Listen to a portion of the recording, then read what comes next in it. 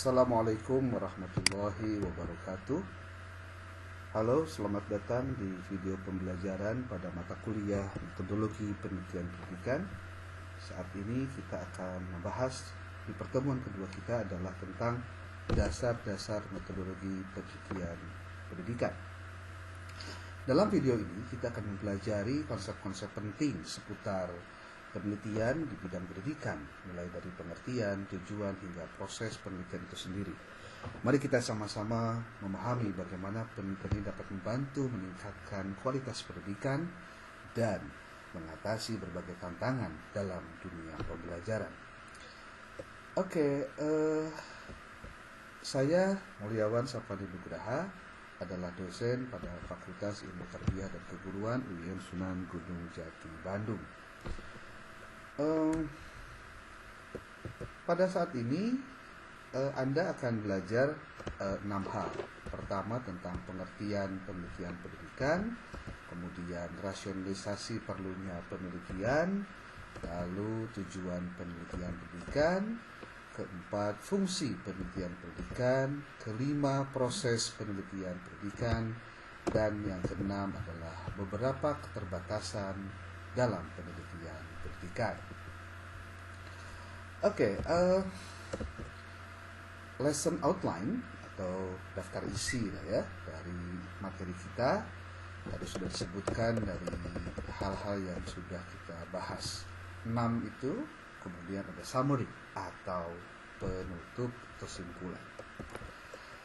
Yang pertama akan kita bahas pada video pembelajaran kita adalah tentang pengertian penelitian pendidikan.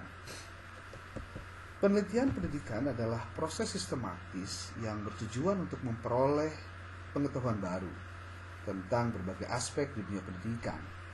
Dalam penelitian ini, setiap langkah dilakukan secara berurutan dan terencana, dari merumuskan masalah hingga mengumpulkan dan menganalisis data untuk memastikan hasil yang akurat dan dapat dipercaya. Kemudian, penelitian pendidikan pula berfokus pada masalah-masalah pendidikan, seperti perilaku siswa di lingkungan belajar, strategi pengajaran yang efektif, serta faktor-faktor lain yang mempengaruhi proses dan hasil pembelajaran. Melalui penelitian ini, kita dapat memahami lebih dalam bagaimana siswa belajar, faktor apa saja yang mempengaruhi mereka, dan bagaimana metode pengajaran yang efektif dapat diterapkan untuk mencapai hasil yang optimal. Nah, dengan kata lain, penelitian pendidikan memungkinkan kita untuk bisa melihat lebih jelas apa yang bekerja lebih dengan baik di dalam kelas, serta mengidentifikasi area yang perlu diperbaiki. Inilah yang membuat penelitian menjadi komponen penting dalam usaha meningkatkan mutu pendidikan. Kemudian di slide berikutnya kita akan membahas tentang mengapa penelitian pendidikan itu penting. Pertama, penelitian pendidikan itu penting karena dia memiliki peran utama dalam menyelesaikan masalah dan meningkatkan praktik pendidikan. Banyak tantangan yang dihadapi dalam proses belajar mengajar, mulai dari kesulitan memahami konsep sehingga cara menjaga keterlibatan siswa di kelas. Penelitian membantu kita menemukan solusi efektif untuk mengatasi masalah-masalah ini, sehingga praktik pendidikan bisa makin lebih baik. Yang kedua, bahwa penelitian itu mendukung pengambilan keputusan yang berbasis data. Dengan menggunakan hasil penelitian yang valid, kita dapat mengambil keputusan yang lebih terukur dan tepat. Data yang dihasilkan dari penelitian memberikan gambaran yang objektif tentang apa yang sebenarnya terjadi di lapangan. Kemudian memungkinkan pendidik dan pengambil kebijakan untuk membuat keputusan yang benar-benar berdasarkan pada bukti, bukan sekedar asumsi. Yang terakhir, bahwa penelitian pendidikan ini kenapa penting dilakukan? Penelitian memungkinkan kita untuk mengikuti perkembangan dan perubahan dalam pendidikan. Dunia pendidikan terus berubah, baik dari sisi teknologi, kebutuhan siswa, maupun strategi pengajaran. Dengan melakukan penelitian, kita bisa memahami tren-tren terbaru dan menyesuaikan metode serta pendekatan yang digunakan agar tetap relevan dan efektif dalam memenuhi kebutuhan siswa di zaman yang terus berkembang seperti hari ini. Dengan demikian, penelitian pendidikan bukan hanya sekedar sarana untuk memecahkan masalah saat ini, tapi juga dia adalah jembatan menuju pendidikan yang lebih baik dan lebih relevan di masa yang akan datang. Oke, di slide berikutnya kita akan membahas tentang tujuan penelitian pendidikan. Salah satu tujuan utama dari penelitian pendidikan adalah memahami perilaku dan kebutuhan siswa. Setiap siswa memiliki karakteristik, minat, dan cara belajar yang berbeda. Dengan penelitian, kita bisa mempelajari lebih dalam tentang bagaimana siswa berinteraksi, apa yang memotivasi mereka, serta kebutuhan khusus yang mungkin mereka miliki. Nah, pemahaman ini sangat penting untuk menciptakan lingkungan belajar yang mendukung perkembangan para siswa secara optimal. Tujuan berikutnya dari penelitian pendidikan adalah mengembangkan kurikulum yang relevan. Kurikulum yang baik haruslah sesuai dengan kebutuhan siswa dan perubahan yang terjadi di masyarakat. Melalui pendidikan, kita bisa menilai apakah kurikulum yang ada itu sudah sesuai ataukah belum, ataukah memang perlu untuk dilakukan proses pembaruan. Hasil penelitian juga membantu kita dalam menyusun materi yang tidak hanya menarik, tetapi juga bermanfaat bagi siswa, baik untuk pembelajaran saat ini maupun untuk kesiapan mereka di masa yang akan datang. Yang terakhir adalah meningkatkan efektivitas metode pengajaran. Dengan mencoba dan menilai berbagai pendekatan mengajar, penelitian membantu kita menemukan metode mana yang paling efektif dalam membantu siswa memahami materi. Ini memungkinkan guru mengajar dengan cara yang lebih inovatif dan sesuai dengan kebutuhan kelas mereka, sehingga pembelajaran menjadi lebih menarik dan bermakna bagi siswa. Itulah beberapa tujuan utama dari penelitian pendidikan. Dengan tujuan-tujuan ini, penelitian memungkinkan kita untuk terus memperbaiki dan menyesuaikan serta menyempurnakan proses pendidikan sehingga dapat memberikan dampak positif yang lebih besar bagi siswa dan juga masyarakat. Nah, sekarang kita masuk pada pembahasan tentang fungsi penelitian pendidikan.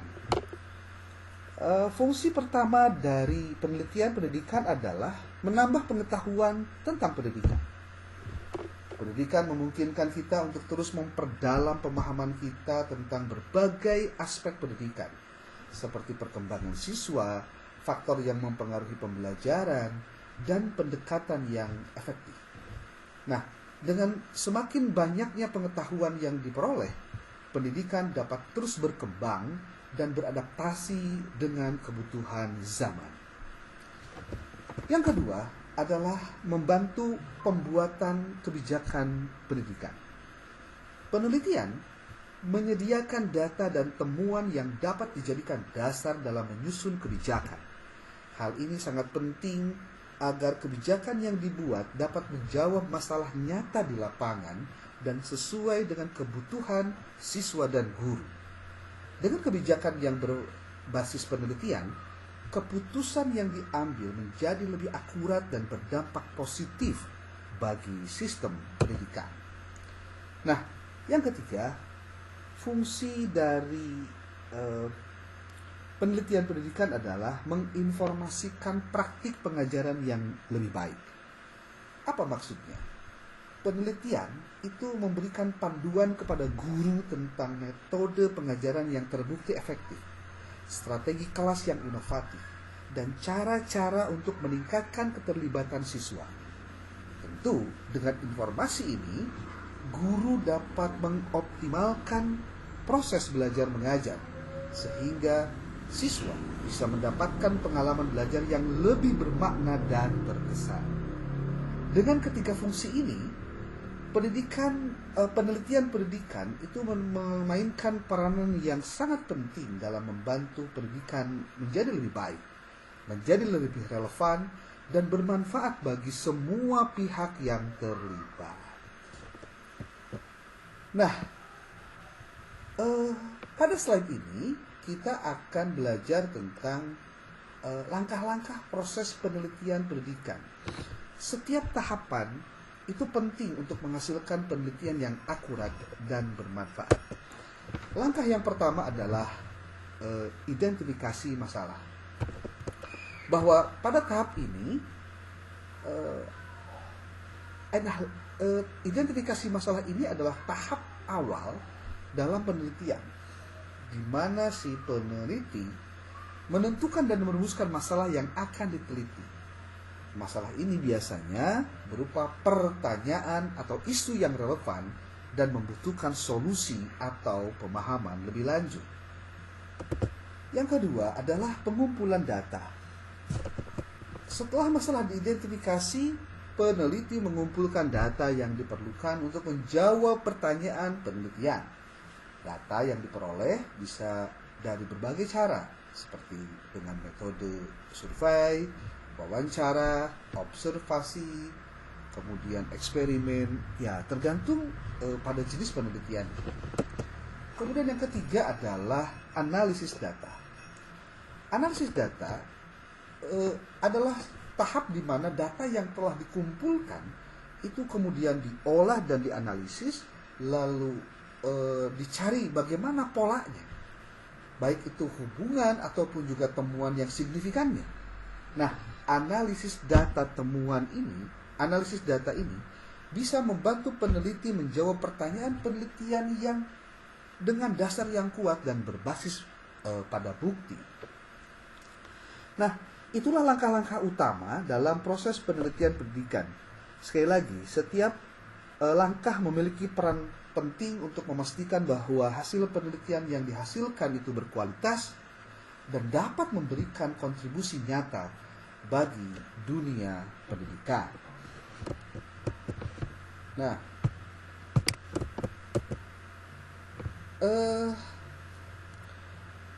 yang keempat adalah pelaporan temuan.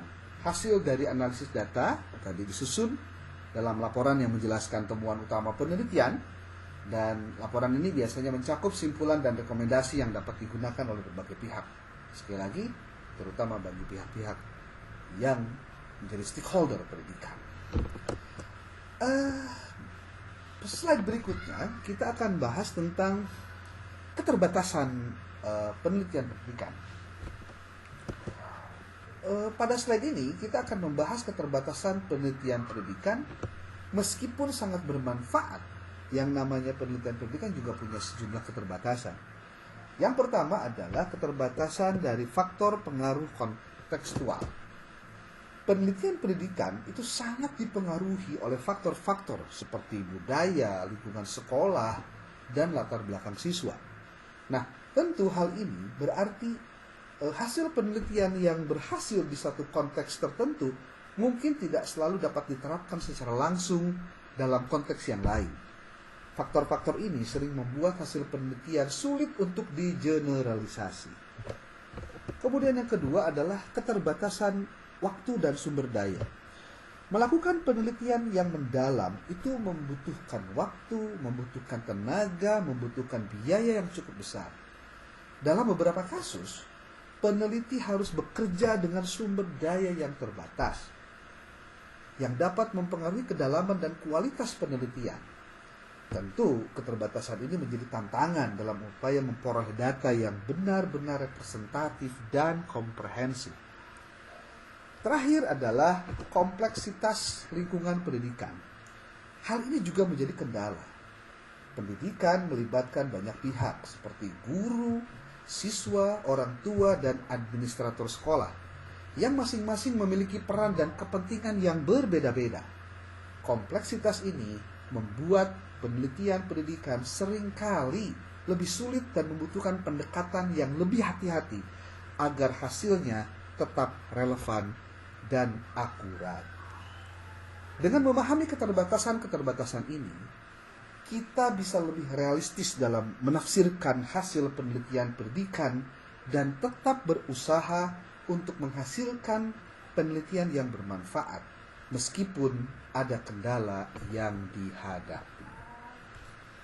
Kesimpulan, kini kita sampai pada bagian akhir, yaitu kesimpulan dari materi kita tentang metodologi penelitian pada bagian dasar-dasar metodologi penelitian pendidikan. Pertama-tama kita perlu mengingat bahwa penelitian pendidikan sangat penting untuk meningkatkan mutu pendidikan. Melalui penelitian, kita dapat mengidentifikasi masalah, menemukan solusi, dan menerapkan praktek terbaik yang mendukung perkembangan pendidikan yang lebih baik. Kemudian yang kedua adalah penelitian pendidikan memiliki proses dan fungsi yang jelas, meskipun ada keterbatasan. Nah, proses yang sistematis dalam penelitian membantu kita untuk menghasilkan informasi yang akurat dan bermanfaat. Sementara fungsi-fungsinya mendukung pengambilan keputusan dan pengembangan kebijakan pendidikan yang lebih baik. Kemudian kesimpulan yang ketiga adalah pentingnya penelitian untuk perbaikan berkelanjutan. Dalam dunia pendidikan yang terus berubah, penelitian memungkinkan kita untuk tetap relevan dan adaptif. Dengan melaksanakan penelitian secara rutin, kita dapat terus memperbaiki praktik pendidikan dan menciptakan pengalaman belajar yang lebih bermakna bagi siswa. Nah, dengan demikian, penelitian pendidikan bukan hanya alat untuk memahami dunia pendidikan, tetapi juga kunci untuk membangun masa depan Indonesia yang lebih baik.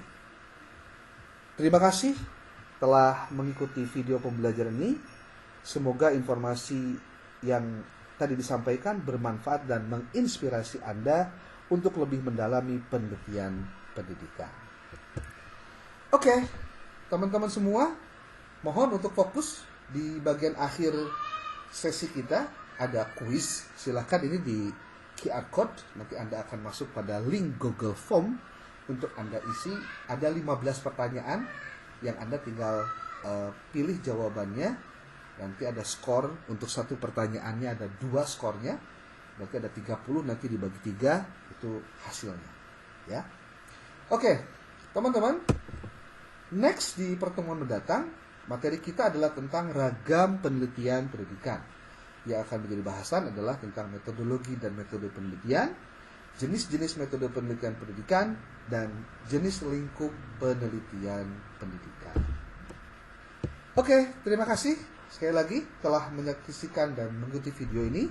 Jangan lupa pertanyaan tulis di kolom komentar, dan semoga informasi yang tadi disampaikan bermanfaat dan menginspirasi Anda untuk lebih mendalami penelitian pendidikan. Terima kasih.